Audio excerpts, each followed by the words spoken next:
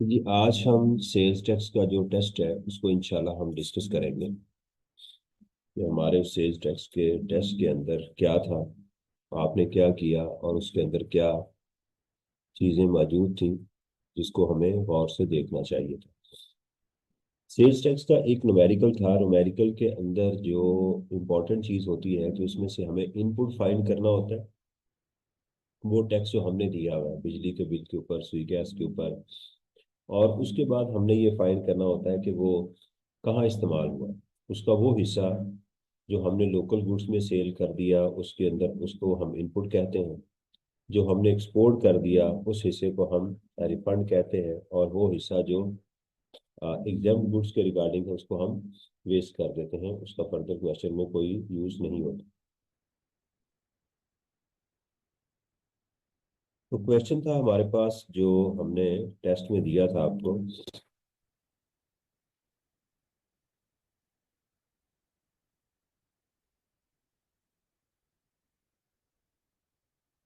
वो ये था, अरब एसोसिएट, आगे से ये लिखा हुआ है।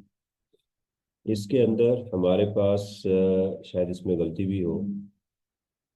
इसमें रिक्वायरमेंट थी compute the sales tax liability of A for the month of August 2017। इसकी फिगर जो है वो चेंज मैं कर दूंगा जहां जहां मुझे जरूरत पड़ी। अरब एसोसिएट, यहाँ हमें ए होना चाहिए था। An association of person is registered as manufacturer come distributor come retailer. तो ये मैन्युफैक्चरर भी है, डिस्ट्रीब्यूटर भी है और रिटेलर भी है। Following information has been extracted from the records for the month of August. ठीक है, ये इन्होंने इसको 2017 लिखा हुआ है, हम भी इसको 17 कर लेते हैं। Taxable goods to registered and unregistered person, ये सेम क्वालिटी है, एक्सपोर्ट है, एग्जाम सप्लाईज हमारी गिवन है। तीन तरह की सप्लाईज हमारे पास यहाँ इस क्वेश्चन में मौजूद हैं। तो यहाँ से हमें नजर आ रहा है कि ये डाइवर्सिफाइड सेल है।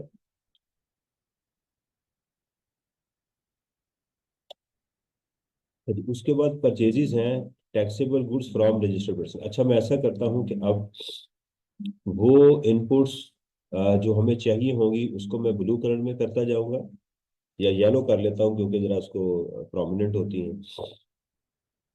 और वो परचेजेस जो नहीं चाहिए होंगी तो उसको हम कर देंगे, डिसेबल कर देंगे उसे। Taxable goods from registered person, बिल्कुल ठीक है जी, 20 मिलियन की है। Taxable goods from unregistered suppliers, ठीक है जी। तो इसको हम यहाँ से गायब कर देते हैं। आपने एहतियात से जरा अपनी, आपके पास टेस्ट है तो इसको देख लें, या ग्रे कर देता हूँ थोड़ी सी ये नजर आती रहे आपको। ये हो गई exempt goods from registered person, तो ये एग्जाम्प्ट है तो इसको भी हम ग्रे कर देते हैं। ठीक है, इसको मैंने कर दिया, यानी कि आप रजिस्टर्ड पर्सन से एग्जाम्प्ट गुड्स बाय करेंगे या रजिस्टर्ड पर्सन से टैक्स एग्जाम्प्ट गुड्स बाय करेंगे या टैक्सेबल गुड्स अनरजिस्टर्ड से बाय करेंगे तो इसका कोई ट्रीटमेंट नहीं होगा।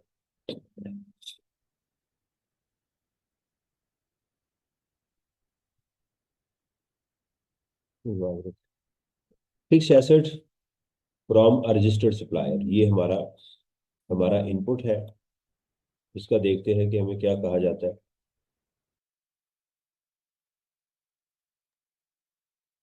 फॉलोइंग एडिशनल इंफॉर्मेशन, हमें क्या करना है कि ये जो हमारे पास मौजूद है इनपुट, इसको पहले एडजस्ट करना है, बेशक ये कॉमन हो या ना हो। इसके लिए हम क्या करेंगे कि अपनी फाइल स्टार्ट कर लेंगे। सेल्स टैक्स की हमने एक फाइल पहले बनाई हुई थी,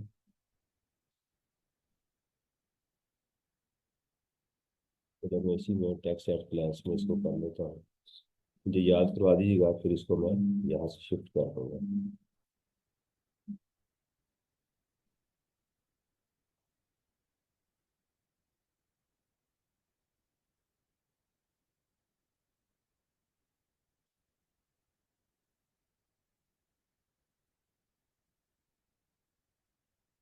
मैं इस पे जरा कॉमा लगा लूँ, सही है। और इसको हम शुरू कर देते हैं। तो हम करते हैं अरब एसोसिएट को हम शुरू करते हैं यहाँ से।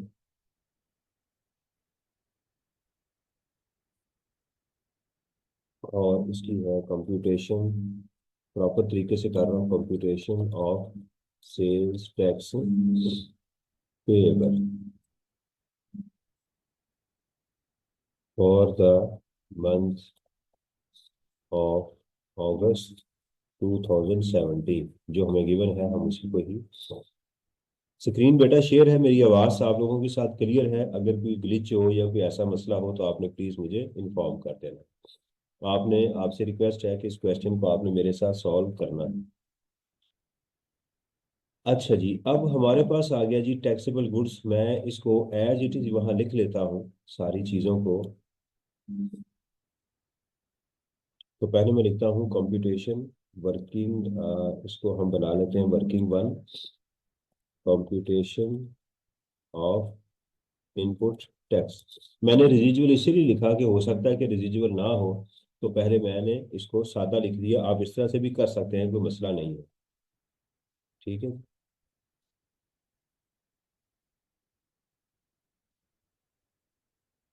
ये हमारी 20 मिलियन की थी। इसको मैं यहाँ ले आता हूँ, और ये जो हमारी थी इसको मैं खत्म कर देता हूँ। ठीक है। जो फिक्स एसेट है इसको हमने चूंकि अलग करना होता है, तो इसको मैं नीचे ले आता हूँ। तो पहला काम मैंने ये किया कि जो मुझे इंफॉर्मेशन गिवन थी उसको मैंने यहाँ पर लिख लिया। जो मेरी अनरजिस्टर्ड थी वो भी मैंने खत्म कर दी, एग्जाम्प्ट भी खत्म कर दी, और ये भी क्लियर कर दी। सही है। अब सप्लाई ऑफ टैक्सेबल गुड्स ये हमारा आउटपुट है। सही है। इसकी मैं बात अभी नहीं करेंगे। Export include supply of goods, इसको भी नहीं कर रहे। Exempt supplies include purchase. ये आ गया जी हमारा पहला पॉइंट परचेजेस का। कहता है जी purchases from registered person include. Registered person से जो परचेजेस हैं वो इंक्लूड है।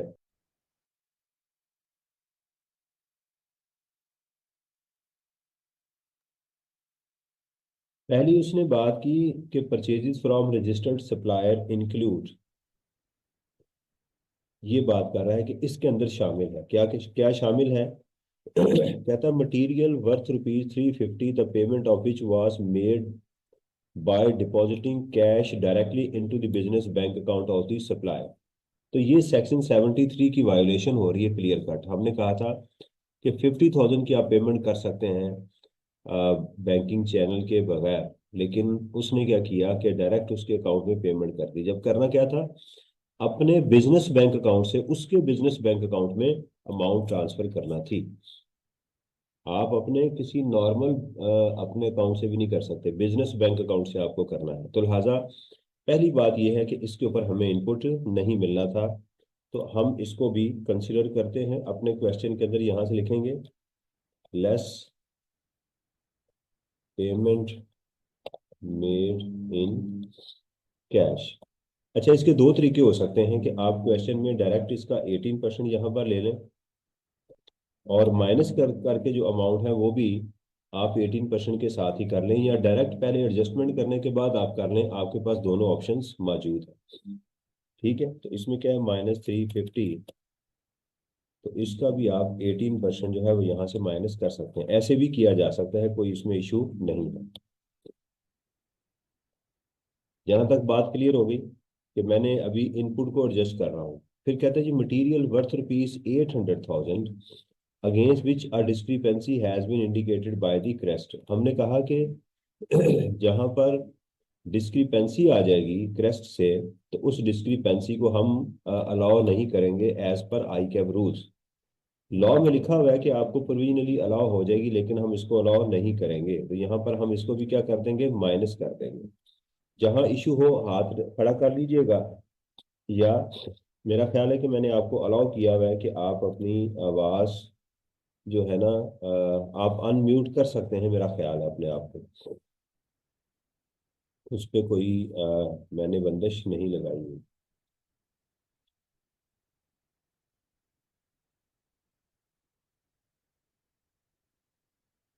जी।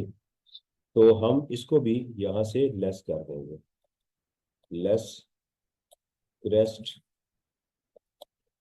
डिस्क्रिपेंसी 8 लाख की है जी, माइनस, ठीक है।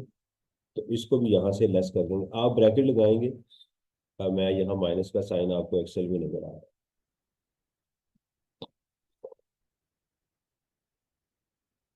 अच्छा जी, कहते हैं जी an amount of 2 million paid for purchase of raw material, बिल्कुल ठीक है।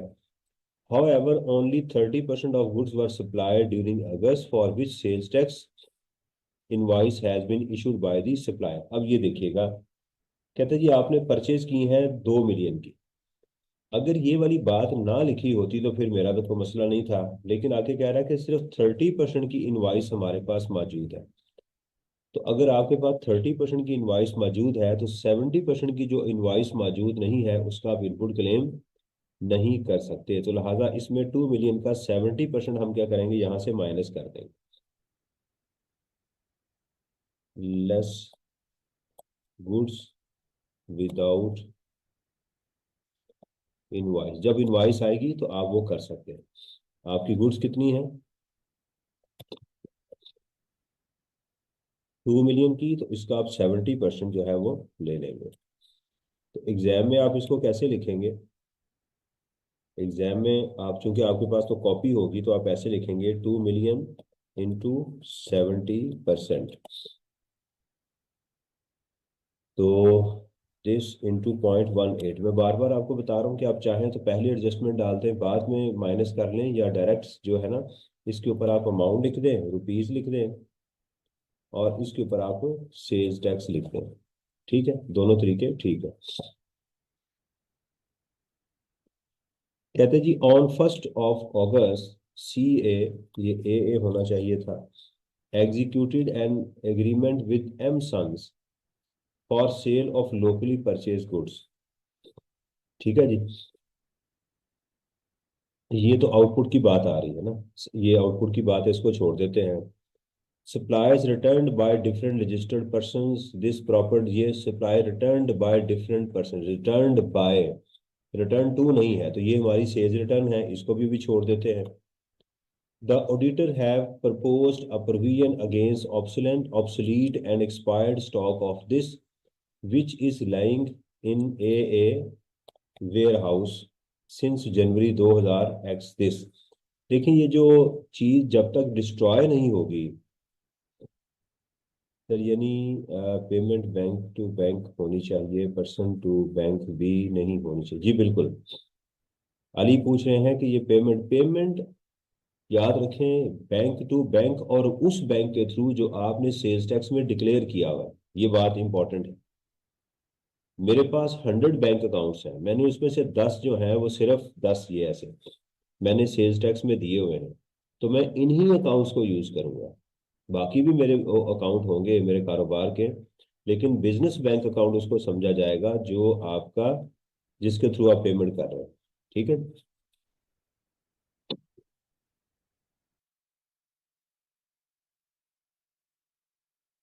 ठीक हो गया। तो ये जो प्रोविजन क्रिएट किए है ना, तो प्रोविजन का तो कोई कॉन्सेप्ट ही नहीं है सेल्स टैक्स में, तो लिहाजा ये इनपुट तो है लेकिन हम इसको क्या करेंगे, इग्नोर कर देंगे।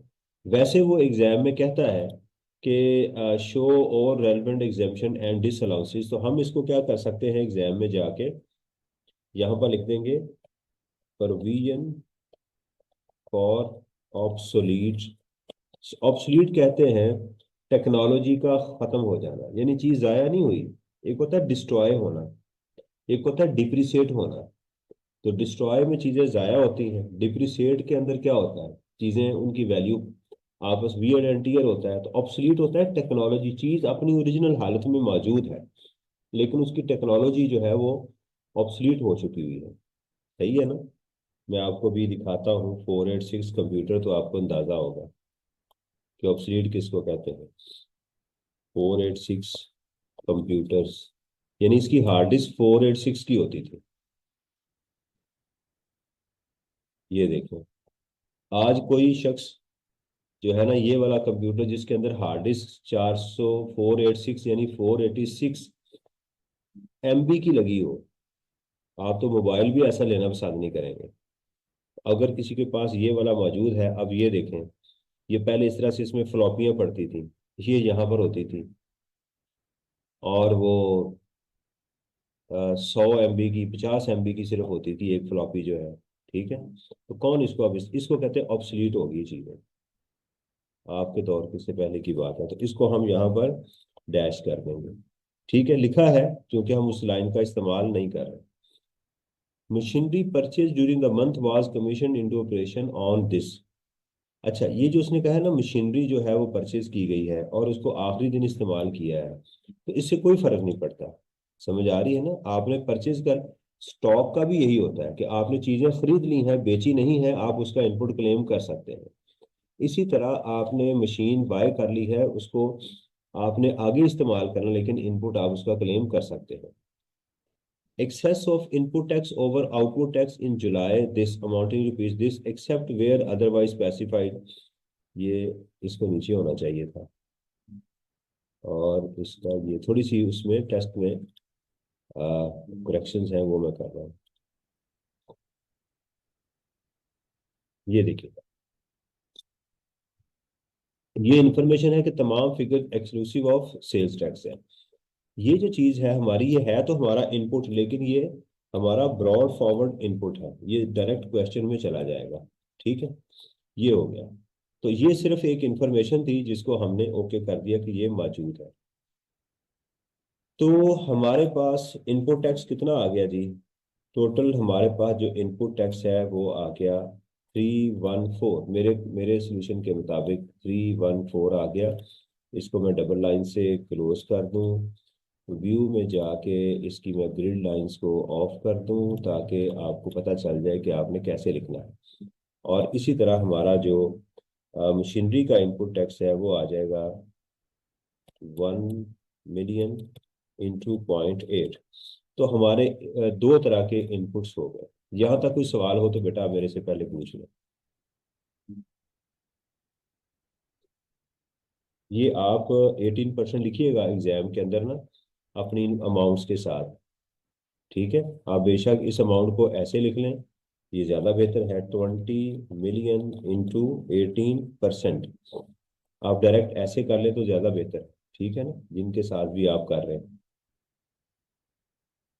क्योंकि वो एग्जामिनर इससे खुश होता है। दोनों नहीं काम करने, कोई एक काम आप कर सकते हैं। जी, यहाँ तक बेटा कोई क्वेश्चन हो? मैंने इनपुट को कंप्यूट कर लिया, मेरे पास दो इनपुट्स आ गए, और एग्जामिनर अभी तक खामोश है, तो इससे मुराद क्या है कि मुझे अब इसका जो है वो इसको पोर्शन करना पड़ेगा।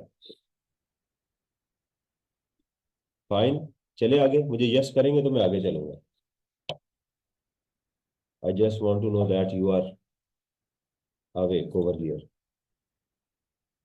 जी, मशीनरी का ट्रीटमेंट अलग कहाँ होगा मैं भी आपको बताता हूँ।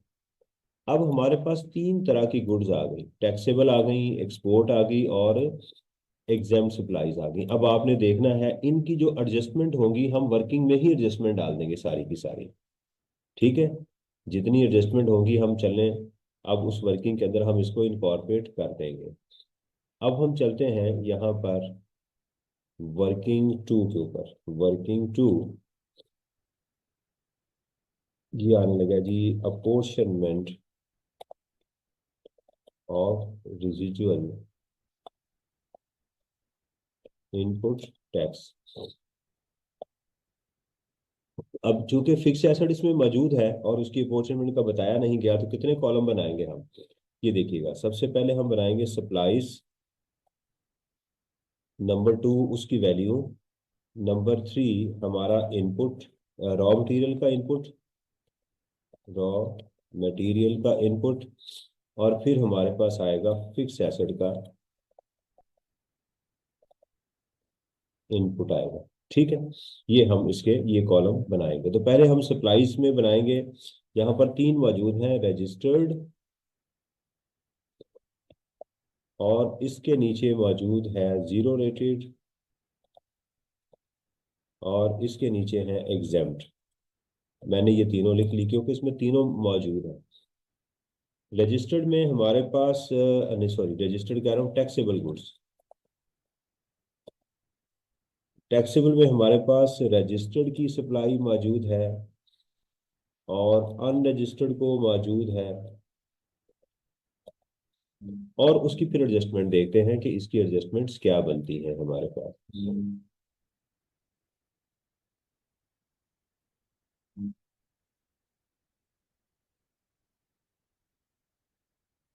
ले जी, सबसे पहले तो हम अपनी वैल्यूज उठाते हैं, रजिस्टर्ड की 15 और 2.8 अनरजिस्टर्ड की। तो मैं इसको अब ब्लू कलर दे रहा हूँ ताकि ब्लू कलर को ज्यादा गहरा ना हो जाए। ये वाला तो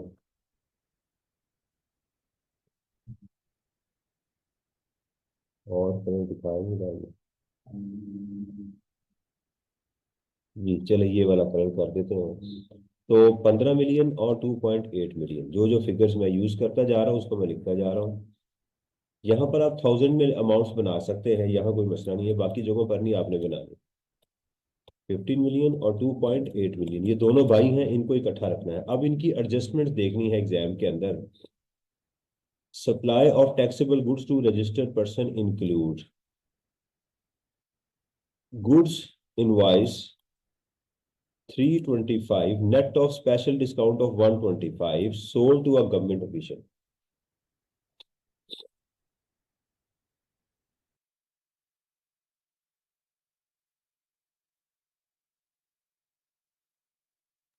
बाद में जरा एलर्जी फेस कर रहा हूँ। क्या स्पेशल डिस्काउंट किसी को भी दिया जा सकता है? लॉ कहता है नहीं। तो ये जो आपने 1,25,000 रुपये का डिस्काउंट दिया है ना, इसको हम क्या कर देंगे इसमें, क्योंकि इनवाइस वैल्यू कम थी, हमने गलत दी थी, अब इसको क्या करेंगे, बढ़ा देंगे। तो हम इसमें जाके करेंगे ऐड, जिसकी जो एडजस्टमेंट है वहां जाके डालेंगे, ऐड स्पेशल डिस्काउंट 120, वो जाके इसमें 5 ऐड कर देंगे। चलो ये भी हमने कर ली। कहता है 1 अगस्त को 2017 को, यहाँ भी मैं कर दूँ ताकि आपको मुश्किल ना हो। 2017 को A launched Hello in toothpaste. Toothpaste कहाँ आती है? थर्ड शेड्यूल में, which is covered under third schedule. The retail price of the toothpaste is 100। However, being the first month of launching, it was sold at a discounted price of 75। 4,000 toothpaste were sold in August 2017। इसको देखिएगा, ये third schedule की adjustment आई है। पहले मैं आपको ये समझाता हूँ साइड में, फिर आपको समझ आएगी। देखिए 4,000 टूथपेस्ट है, ठीक है, और 75 की उसने इसको बेची है, ठीक है, 75। तो हम इसको मल्टीप्लाई कर देते हैं इसके साथ।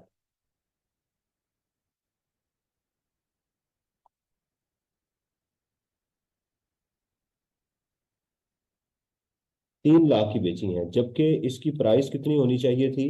100। तो इसका मतलब है 4 लाख रुपया जो है वो हमारी इसकी सेल वैल्यू होनी चाहिए थी, जबकि उसने कितनी की है? 3 लाख रुपए की। तो हमें क्या करना है, 1 लाख रुपए की एडजस्टमेंट इसमें इनकॉर्पोरेट करनी है, यानी वैल्यू डिस्काउंट जो दिया गया है, क्योंकि रिटेल गुड्स पे डिस्काउंट होता ही नहीं है, तो इसको हम बढ़ाएंगे यहाँ पे। तो हम क्या करेंगे, इसमें जाके करेंगे ऐड डिस्काउंट ऑन टूथपेस्ट। वो कितना है आपका? 4,000 है, और डिस्काउंट आपने कितना दिया है? 100 - 75 का, 1 लाख रुपए का। तो 1 लाख रुपए यहाँ जाके उसकी वैल्यू को बढ़ा देंगे, क्योंकि वैल्यू को एडजस्ट करना। लें जी, इन दोनों को भी मैंने इनकॉर्पोरेट कर लिया, इसको भी मैं कलर कर देता हूँ। आगे कहते हैं जी, exports include supply of goods 500,000 to a retailer in EPG. अब ये देखिएगा, ईपीजी के अंदर कहता है जी एक्सपोर्ट में 5 लाख की चीजें शामिल हैं। एक्सपोर्ट है कितनी? 15 लाख रुपए की। इसको भी मैं यूज कर लेता हूँ। 15 लाख, इसको मैं कलर डिफरेंट दे दूं क्योंकि इसका रिफंड मिलना है।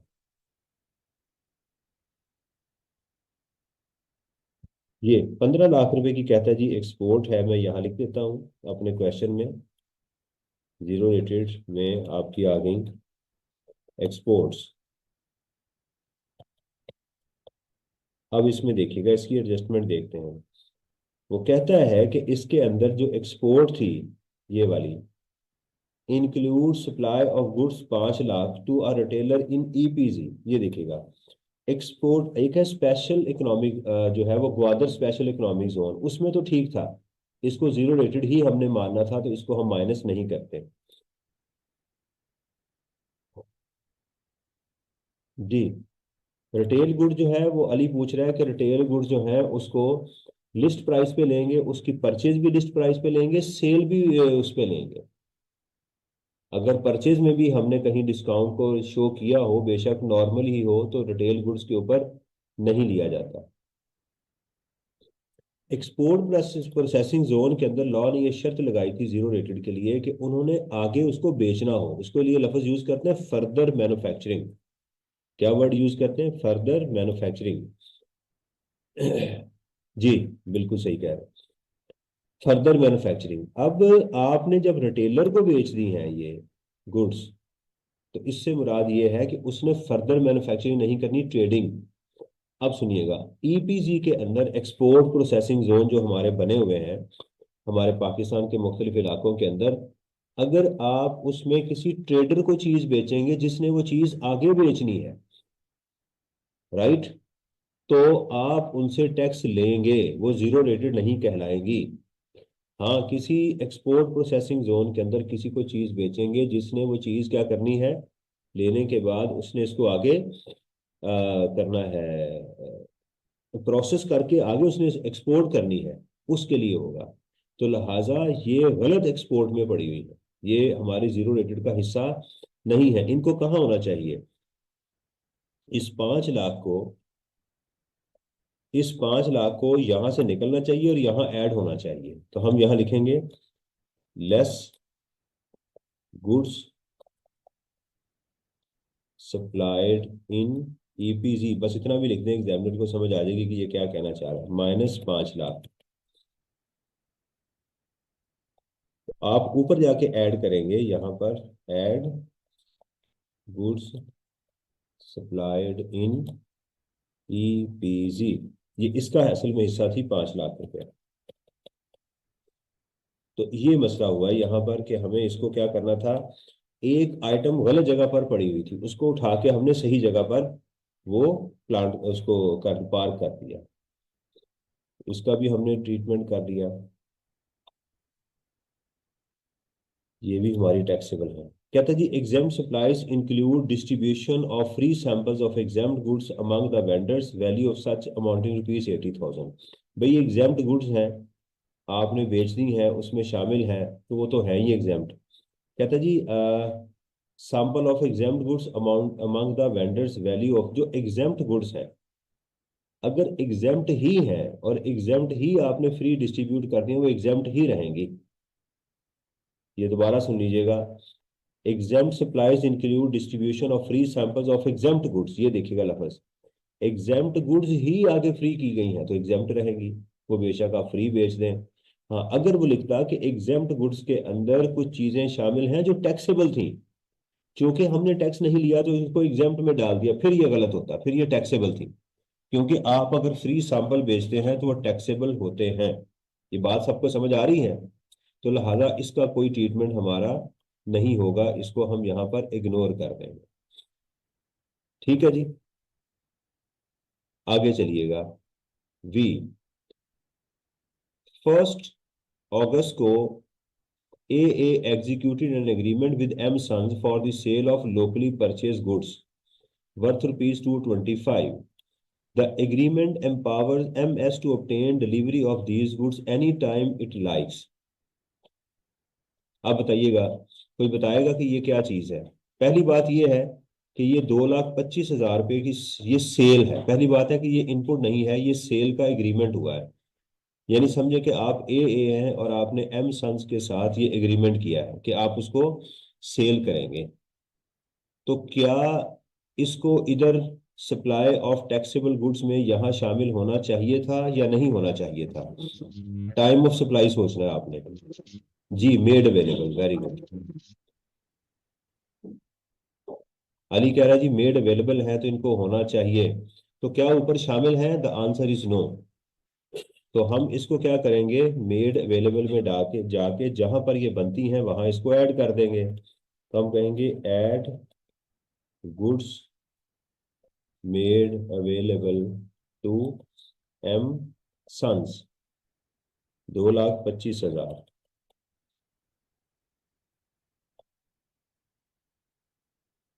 इसका भी हो गया।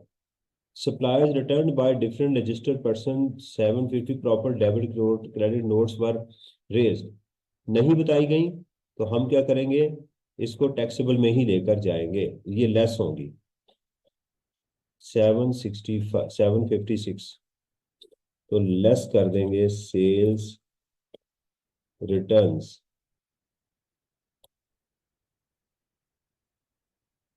756 -756, ये हमारी हो गई जी टैक्सेबल गुड्स। मैं इसको कर दूं, डबल लाइन लगा दूं, बोल्ड भी कर दूं ताकि आपको समझ आ जाए। ठीक है। और इनको यहाँ ले जाओ।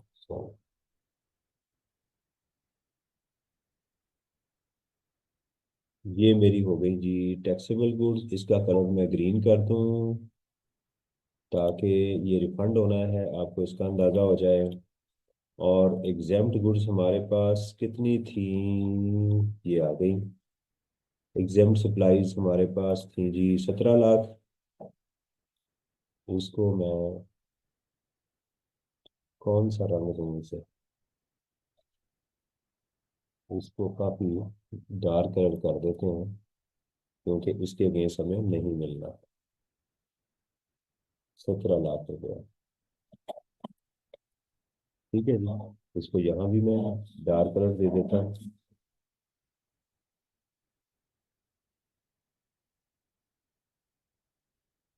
अब इसका हम करेंगे जी टोटल, यहाँ पर मेरी टैक्सेबल गुड्स आ गई, मेरी जीरो रेटेड गुड्स आ गई, मेरी एग्जाम्प्ट गुड्स आ गई, तो ये मेरा ग्रैंड टोटल यहाँ पर हो गया।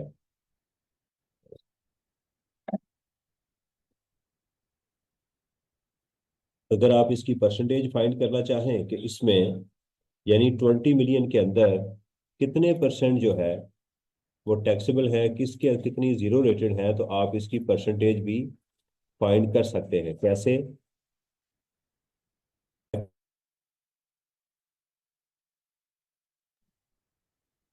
शोर आ रहे हैं, दिस डिवाइडेड बाय दिस। तो हम कहेंगे हमारी जो टैक्सेबल गुड्स हैं वो कितनी है, 86.95%। हमारी जीरो रेटेड गुड्स कितनी है, इसके अंदर टोटल के अंदर 4.83, और हमारी एग्जाम कितनी है, 20। इससे क्या पता चला कि हमारा जो इनपुट है वो इनपुट कितना था, ये वाला 31,3,141। तो मैं यहाँ पर इसको लिखता हूँ, 3,3,1 रॉ मटेरियल का हो गया, और फिक्स एसेट जो है हमारा वो आ गया जी 180। सही है। ये मैं यहाँ पर कर देता हूँ, इसको थोड़ा सा इस तरह से कर लूँ और इसको डबल लाइन लगा दूँ। तो अब हमें पता चला कि 31,41,000 रुपये में मुझे 86% मेरा इनपुट बन जाएगा, 4.8% रिफंड होगा और 8.2% ज़ाया होगा। इसी तरह 1,80,000 रुपये में मेरा जो 86.95% है वो मेरा क्या होगा, इनपुट होगा, और मेरा जो है वो उसमें 4.83 रिफंड होगा और ये ज़ाया हो जाएगा। एक क्वेश्चन है जी, देख लेते हैं। एक्सपोर्ट प्रोसेसिंग जोन को सप्लाई की उस पर रिफंड नहीं मिलेगा, नहीं बेटा। एक्सपोर्ट प्रोसेसिंग जोन के अंदर सप्लाई दी है आपने, लेकिन उसके लिए शर्त ये थी कि उस जोन के अंदर, ईपीजी की बात कर रहा हूँ, गवादर एक्सपोर्ट जोन की बात नहीं कर रहा, उसके अंदर ये बात की गई थी कि आप उससे पूछेंगे सप्लाई देते हुए ग्वादर स्पेशल इकोनॉमिक जोन के अंदर जब आप सप्लाई देंगे, जी मैं बताता हूँ। देखिए ना आप, मैं आपको बताता हूँ। सी पैक, आपने सी पैक के अंदर ये मैं फर्ज करें कि ये हमारा ग्वादर इकोनॉमिक जोन है। ठीक है, मैं आपको मिसाल दे रहा हूँ, ये सी पैक है, यहाँ पर इंडस्ट्री लगी हुई है, यहाँ पर इन इलाकों के अंदर। आप जब उनको सप्लाई देते हैं तो उनसे पूछेंगे भाई आपने इसका क्या करना है। वो आपको बताएगा कि यार आप जो धागा दे रहे हैं मैंने इसे शर्ट्स बना के एक्सपोर्ट करनी है। तो अब ये जीरो रेटेड हो गई। आप उससे पूछते हैं कि भाई ये चीजें मेरे से ले रहे हो तुमने क्या करनी है, वो कहता है मैंने यहाँ बेचनी है। ठीक है, मैंने फर्दर मैन्युफैक्चरिंग इसकी नहीं करनी, यहाँ मैंने एक्सपोर्ट करनी है या यहाँ बेचनी है, उसका जो भी मसला है, फिर हम उससे टैक्स लेंगे। अली ये बात पहले बताओ क्लियर हुई है?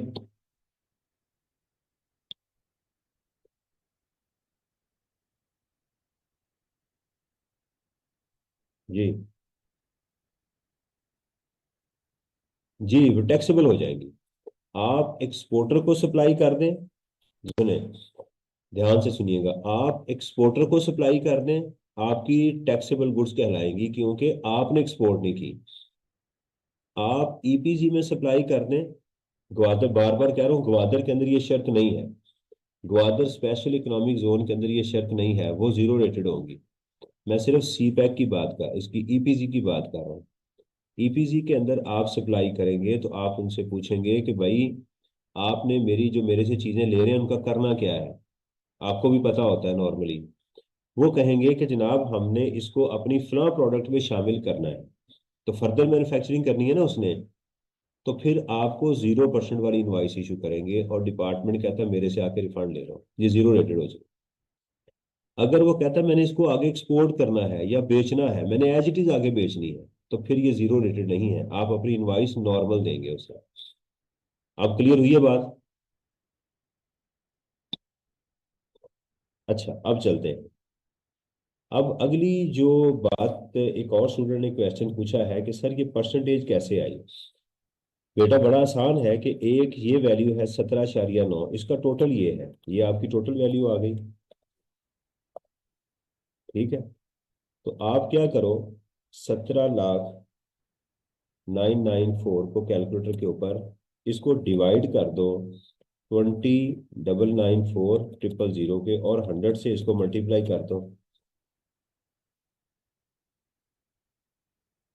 यानी इस वैल्यू को जो येलो कलर में है इसको इस टोटल वैल्यू पे डिवाइड कर दो। सही हो गया।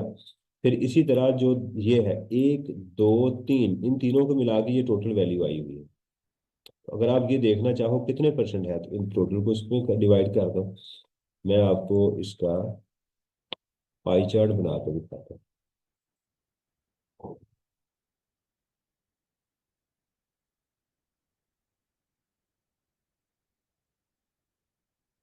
आप ये देखिएगा। ये देखें, इसमें जब मैं ये जो है ना ये ब्लू कलर में लेके आता हूँ तो वो नीचे दिखा रहा है 87%। यानी टोटल ये वैल्यू कितनी है, 20 मिलियन की। मैं ग्रीन में लेके जाता हूँ तो वो कहता है जी 8% है, 17 लाख, सॉरी 17 लाख को वो ग्रीन कर रहा है। और जब मैं इस पे लेके जाता हूँ एक्सपोर्ट पे तो कहता है 5% है। समझ आ रही? तो ये वैल्यू मैंने उसकी डिटरमिन की। अगर समझ आ गई तो मुझे वहां पर यस करे ताकि मैं आगे चलूँ। अली, अली ऑरेंज।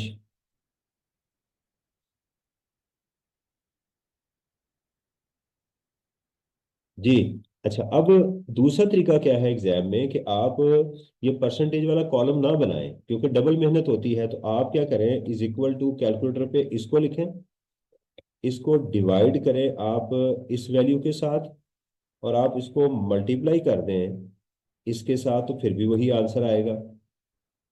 तो हम स्टूडेंट को जिनको समझ आ जाए उनके लिए एडवाइस नहीं करते कि आप ये कॉलम बनाएं। करना चाहें बहुत अच्छी बात है। इसी तरह आप एक जीरो रेटेड को डिवाइड करें, इसके ऊपर मल्टीप्लाई कर दें यहाँ पे। इसी तरह 17 lakh divided by multiply by this, ये कर दें। तो आप परसेंटेज के साथ भी कर सकते हैं, इसमें कोई फर्क नहीं पड़ेगा। सिमिलरली दिस डिवाइडेड बाय और मल्टीप्लाई कर दें इसके साथ। फिर जीरो रेटेड के लिए जिनको मैथ की कैलकुलेशंस उनकी ग्रिप होती है, उनको ये पता होता है कि ये मैं क्या कर रहा हूँ।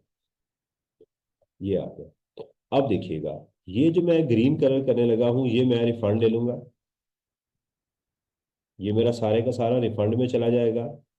ये मेरा सारे का सारा क्वेश्चन में जाया हो जाएगा।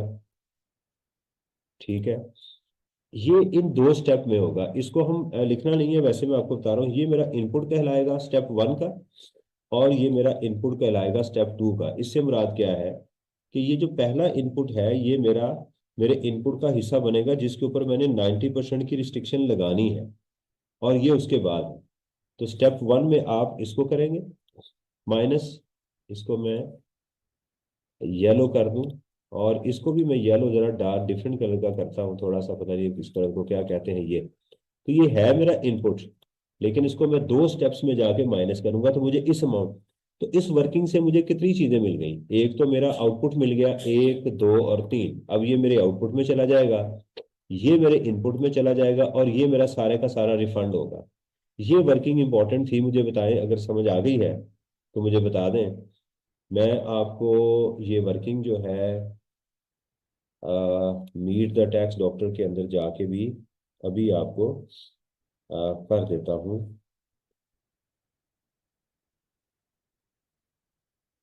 अरब एसोसिएट की working one.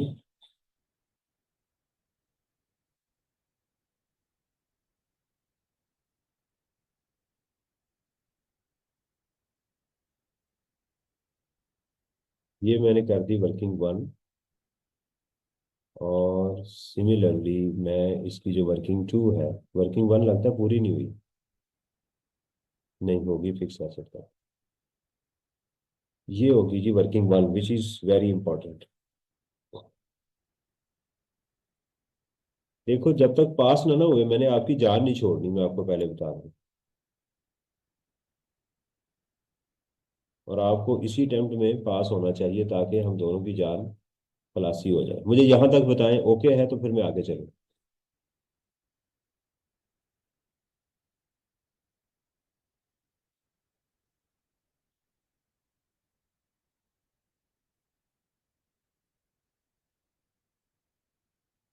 Yes, very good, शाबाश। चलें जी, अब हम चलते हैं सवाल के ऊपर। सवाल में आप लिखेंगे आउटपुट टैक्स। सही है। आउटपुट टैक्स में फिर आप यहां लिखेंगे लेस इनपुट टैक्स। पहले मैं टेबल बनाता हूं ताकि आपको काम करने की आदत पड़े। ठीक हो गया। इसमें आप लिखेंगे रेजिजुअल इनपुट टैक्स, क्योंकि इसमें ब्रॉड फॉरवर्ड भी है, तो आप लिखेंगे add brought forward input tax. ठीक है। लिखने के बाद लिखेंगे और 90% of output tax which ever is lower. फिर आप इसमें से लेस करेंगे input tax on fixed assets. ठीक है, ये लेस हो जाएगा। तो फिर आप इसमें से करेंगे add further tax on at the rate of 4% to unregistered person, जो है ये बनाएंगे। ठीक है। फिर इसमें जाके आप एंड पे लिखेंगे रिफंड ऑफ सेल्स टैक्स, और अगर कैरी फॉरवर्ड हुआ तो नीचे लिखेंगे। ये टेम्पलेट मैंने आपको बताया है यहाँ पर। आपको समझ आ गई। टेम्पलेट मैं इसलिए बना रहा हूँ क्योंकि अब इसके अंदर फिगर्स फीड करनी है।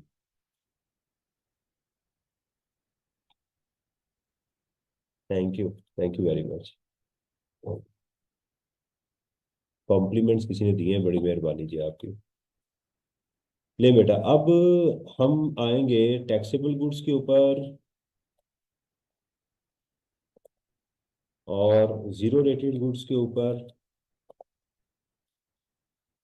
और फिर एग्जेम्प्ट गुड्स के ऊपर।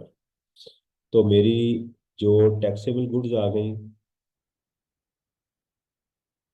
ठीक है, अब यहाँ लिख दीजिएगा वर्किंग, ताकि एग्जामिनर को पता चल जाए कि वर्किंग टू से ये फिगर्स मैं उठा के लेके आया हूँ। फिर आप यहाँ लिख देंगे जीरो रेटेड, फिर आप यहाँ लिख देंगे एग्जाम्ड। इसके साथ आप 18% अप्लाई कर देंगे, 18% आ गया, और आप यहाँ पर इसका टैक्स ले आएंगे। ये भी जीरो, ये भी जीरो,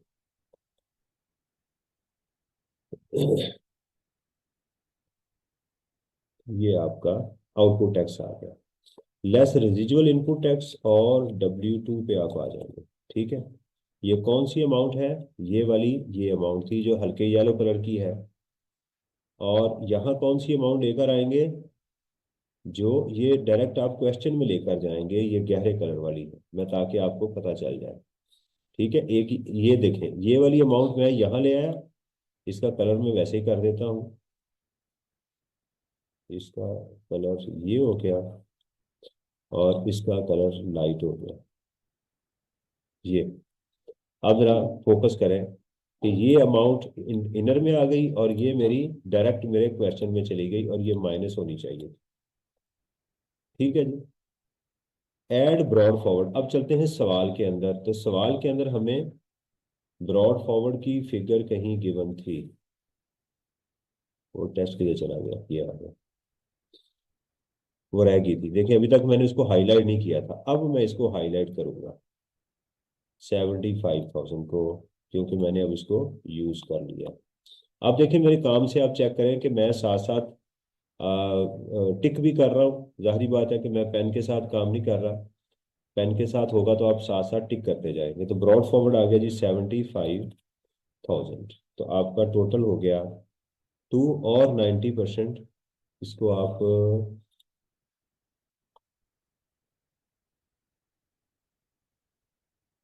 डबल लाइन से क्लोज कर दिया, और इसका 90% into 0.9, which ever is lower. तो हमारी अमाउंट लोअर है, तो लिहाजा यहाँ पर कैरी फॉरवर्ड नहीं आएगा, हम यहाँ डायरेक्ट लिख देंगे माइनस ये वाला इनपुट टैक्स। ठीक है, तो बिफोर 90% से हमारा आ गया 32 लाख। ये, तो ये मेरा इसको थोड़ा सा नीचे कर दूंगा यहाँ पे, ये आ गया। अब इसमें से लेस फिक्स एसेट का इनपुट माइनस करेंगे, ये वाली अमाउंट मेरी आ गई। अब इसमें फर्दर टैक्स को ऐड करेंगे, उसी मैं अपने टेम्पलेट को ही फॉलो कर रहा हूँ। और वो कितना है? 28 लाख का 4%, कोई एडजस्टमेंट नहीं है, लिहाजा इसका डायरेक्ट हम 28 लाख का 4% ले लेंगे। एड 28 लाख इंटू 0.04, तो हमारा सेल्स टैक्स पेएबल ये आ गया 270 प्लस दिस। ये पहली मेरी रिक्वायरमेंट पूरी हो गई, टैक्स पेएबल। और सेल्स टैक्स रिफंडेबल भी हमारा वर्किंग टू से आ जाएगा,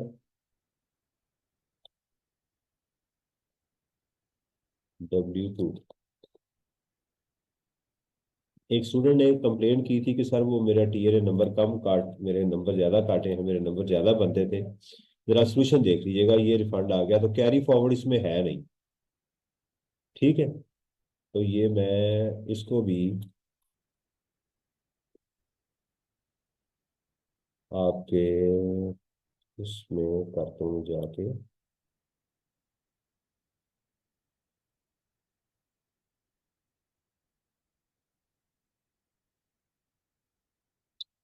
ये नोट कौन से मार रहे हैं?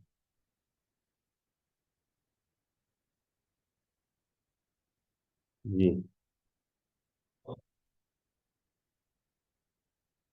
किधर गया ये बात सही है जी। अब मुझे बताइएगा कि ये बात मैंने आपको ग्रुप में भी कर दी है, और जो दोनों टीम हैं हमारे, उनसे रिक्वेस्ट है कि ये इसको शेयर भी कर दें उधर। इसकी पीडीएफ फाइल भी बना के मैं आपके साथ सॉल्यूशन की पूरी पीडीएफ भी मैं शेयर एक ही कर देता हूँ। मैं इसको करता हूँ सेव एज फाइल, आपको इसलिए मैं आपके सामने सारा काम करता हूँ ताकि आपको भी जिंदगी में समझ आ जाए कि काम कैसे करना है। ब्राउज करें, जैसे ही मैंने ये फोल्डर बनाया हुआ है मार्च का, तो टेस्ट के अंदर ठीक है, ये बन जाएगा sales tax question a solution. और नीचे जाके आप कर देंगे पीडीएफ, तो ये इसमें सेव हो जाएगा। अब देखें सेव हुई है, लेकिन ये कुछ चीज़ें बाहर चली गई हैं। ठीक है, काम खराब हो गया ना। इसको आप करेंगे जाके व्यू में। व्यू में जाके आप नॉर्मल की बजाय पेज ब्रेक ले लेंगे और यहाँ से आप इसको इधर कर देंगे। अब ये हो गया वन पेज, और इसको आप जाके कुछ थोड़ा सा तो अपनी भी शेखी मार लो ना, ताकि पता लगे मैं उस्ताद हूँ, बहुत बड़ा उस्ताद हूँ। कहते हैं आप बहुत बड़े उस्ताद हैं यार, ये आपने तो मेरे साथ उस्तादी लगाई है। तो ये भी क्या, आप देखें एक पेज पे फिट हुआ नहीं हुआ, अभी भी है। वैसे और भी मेरे पास एक तरीका है, लेकिन मैं सोच रहा हूँ स्पेसिस जो है उनको पहले ख़त्म कर दूँ। ये नहीं, एक बच गया। अब इसको ऐसे कर लेते हैं। अब देखिएगा सही है। अब इसको मैं करता हूँ file, save as, browse PDF, test में जाके ये था सेल्स टैक्स क्वेश्चन, इसको मैं सेव करता हूँ। ये करता हूँ यस। और मैं इसलिए सारा काम कर रहा हूँ कि बाद में मैंने उठ जाना है, फिर आपने जो है ना वो तंग होना है कि सर वो आप सोल्यूशन ही आपने दिया। तो ये डॉक्यूमेंट में चले गए और जाके मैंने मार्च आ गया जी, ये मार्च आ गया। ये क्लास का टेस्ट सेल्स टैक्स क्वेश्चन आ गया जी, ये मैंने आपको अल्हम्दुलिल्लाह यहाँ पर भेज दिया जी। ये हो गया हमारा, ये भी हो गया आपका, सही है। अच्छा आगे देखिएगा, डिस्कस द इंडिपेंडेंट सिनेरियो, ये करवा दूं या कर लेंगे, मुझे बताएं जी। बेटा बताएं, ये भी मैं आपको डिस्कस कर लूं।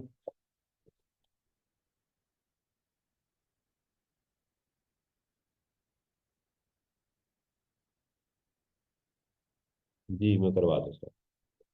अच्छा जी, कहते हैं जी डिस्कस द इंडिपेंडेंट सिनेरियो, इनको जरा इंडिपेंडेंटली आपने डिस्कस करना है। A business receive a valuable painting as partial consideration for a supply of goods and open market price of this. What should be the value of the supply? इसको हम dollar की बजाय rupees कर लेते हैं। कहते हैं जी एक उसको पेंटिंग मिली है, partial consideration for a supply of goods and the open price of the painting is 5 million excluding tax. What should be the value of the supply? Value of supply क्या होगी? उसकी जो फेयर मार्केट वैल्यू है यही होगी। ठीक है ना।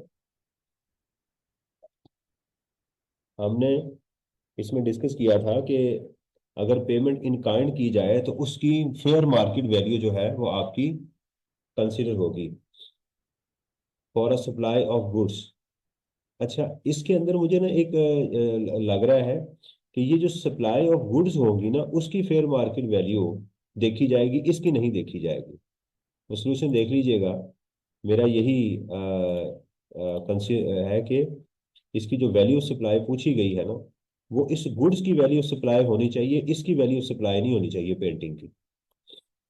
समझ आ रही? यानी मिसाल के तौर पे मेरी चीज है 10,000 रुपए की, मुझे पेंटिंग वो दे रहा है 5,000 रुपए की, तो मैं, मेरी सप्लाई कितने की गिनी जाएगी? सवाल ये है, वो 10,000 की गिनी जाएगी। मुझे उसके अगेंस्ट 5,000 की चीज मिली है, 6 की मिली है, देखा जाएगा मेरी चीज की वैल्यू ऑफ सप्लाई कितनी है। हाँ अगर उससे ज्यादा मिलेगी तो हायर ले लेंगे, ये भी हो सकता है। A company sells machinery to its subsidiary at 20% less than the open market price. The open market value of the machinery is $10,000. What is the value of supply? Value of supply उसकी कितनी होगी? Open market price. Discount subsidy को नहीं दिया है, associate को आप discount नहीं दे सकते। एसोसिएट को डिस्काउंट देंगे भी तो वो गलत होगा। A registered manufacturer receives exempt goods for processing and the market price of the good is 2000 excluding tax. What should be the value supply of these exempt? In goods की value कितनी होगी? ठीक है, वैल्यू ऑफ सप्लाई की 2000 ही होगी। इसमें तो कुछ चीज नजर नहीं आ रही।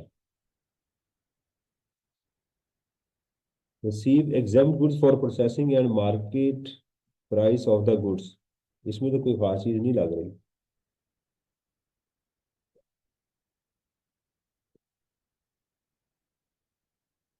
ये तो बहुत ही मुझे आसान सा क्वेश्चन लग रहा है। A manufacturer is paid $3000 for value addition on goods belonging to another person. What is the value supply for the manufacturer? एक मैन्युफैक्चरर है, वो टॉल मैन्युफैक्चरिंग कर रहा है, किसी की चीजें हैं उसके ऊपर कर रहा है। तो टॉल मैन्युफैक्चरर जो होता है वो टोटल गुड्स की वैल्यू के ऊपर नहीं पे करता, वो अपनी सर्विसेज को ही वैल्यू सप्लाई कंसिडर करता है। ठीक है, ये वैल्यू सप्लाई के ऊपर है, ये वाला डेफिनेशन के ऊपर ये बात हो रही है। An independent power producer sells electricity to a utility company and the amount received for energy purchase price is this. This amount exclude the capacity purchase price and other premium. What is the value of supply? इसमें देख लीजिएगा, मुझे भी याद नहीं है कि अगर लोगों को सप्लाई दी जाए तो उसमें क्या बाकी पैसे बिजली के बिल में शामिल होते हैं या नहीं होते। देखें, एक है कि वापडा सप्लाई करता है पावर प्रोड्यूसिंग कंपनीज को, इनको डिस्ट्रीब्यूशन कंपनीज को, यानी वापडा ने बिजली बना के दी लेस्को को, लाहौर की जो हमारी इलेक्ट्रिसिटी सप्लाई कंपनी है। तो दो स्टेजेस पे लॉ ने इसको डिस्कस किया हुआ है। ठीक है, कि independent power producer sells electricity to a utility company यानी लेस्को को सप्लाई दी है, and the amount received for energy purchase price is this amount exclude the capacity purchase price, what is the value? तो हाँ ठीक है, यही वैल्यू होनी चाहिए, क्योंकि जब हमें बिजली का बिल आता है ना तो उसके अंदर ये सारी अमाउंट्स को ऐड करते हैं, फिर सेल्स टैक्स लगाते हैं। लेकिन जब ये अपनी कंपनीज को सप्लाई देते हैं, यानी वापडा जब किसी लेस्को को, आईएसको को, फेस्को को सप्लाई देगा, तो उनसे सिर्फ बिजली के ऊपर सेल्स टैक्स लेगा। लेकिन जब हमें देगा आगे से, यानी जो हमारे लेस्को वाले हैं यानी यूटिलिटी कंपनी जब हमें देगी, तो वो सारे चार्जेस ऐड करने के बाद सेल्स टैक्स लेगी, क्योंकि हम बिजली जो इस्तेमाल कर रहे हैं, इतना अहम असासा मुल्क का इस्तेमाल कर रहे हैं, तो आपको तो फैंटा लगना चाहिए, फैंटी नहीं फैंटा लगना चाहिए, फैंटा की बोतल के साथ। A retailer sells goods worth rupees price of this, the retail price is this, what is the value of the taxable supplies? The retail tax applicable is this, ये 10 रुपये कैसे आ गया रिटेल टैक्स? ये question में मुझे ना कोई गड़बड़ सी लग रही है, पता नहीं क्यों, मेरी सेंस कह रही है कि क्वेश्चन में कोई इशू है। अच्छा, इसमें एक और क्वेश्चन भी है अल्फा एसोसिएट का।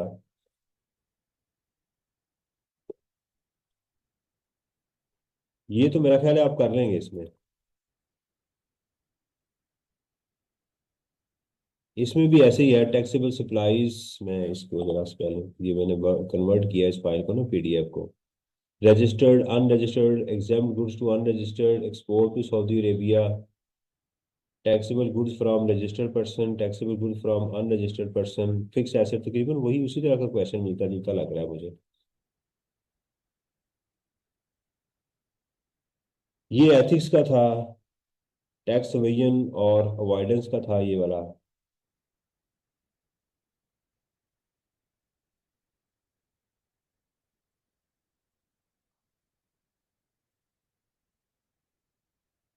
एक ये वाला क्वेश्चन देख लेते हैं कि टैक्स एवेजन है या अवॉइडेंस है। ये फंडामेंटल प्रिंसिपल्स में से ये आया हुआ है। Emily, a small business owner, transfers his business income to her spouse. Tax evasion और अवॉइडेंस में आपको पता है ना, एवेजन इज नॉट अलाउड, मैंने आपको बताया था, ये कंसीलमेंट है। और जो टैक्स अवॉइडेंस है ये हमारी क्या है, मैनेजमेंट है। E a small business owner transfers her business income to her spouse.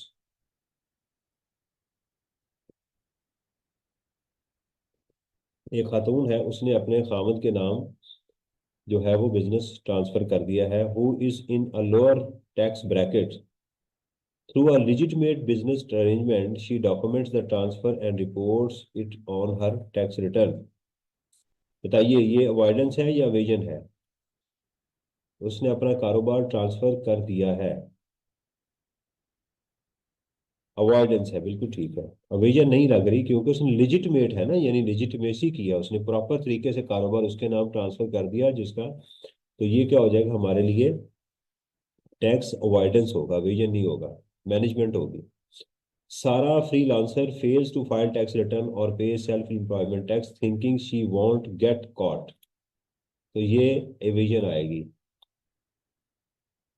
Tax Avision आ जाएगी। ठीक है। John, a self-employed individual, intentionally fails to report this in income on his tax return to avoid paying taxes।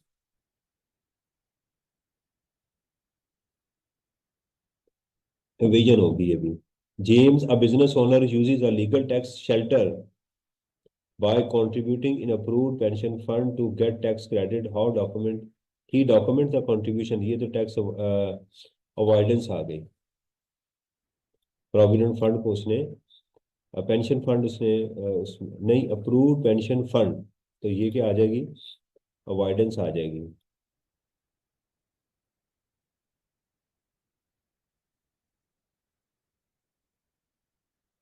A business owner uses a legal tax shelter by contributing in approved pension fund, ठीक है।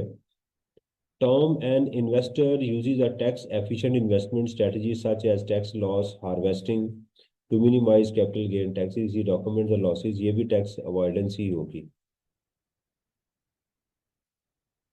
जी,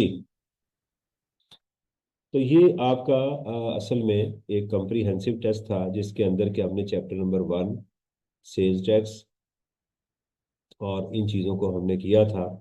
hopes हो कि कुछ sales tax की दोबारा एक चमक आपके दिमाग में आई होगी और दोबारा आप इसको जो है वो आपके जहन में बहुत सारी चीज़ें रेस हुई होंगी। तो अल्लाह ताला आपको खुश रखे, मेरे लिए भी दुआ कीजिएगा।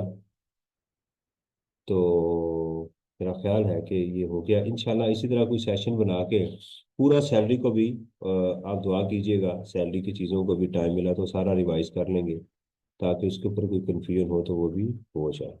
ठीक है जी। Thank you, so nice of you, take care, Allah हाफिज़। बेटा बस ऐसे ही मेहनत करते रहो, पेपर पास हो जाएगा इंशाल्लाह। अल्लाह हाफिज़।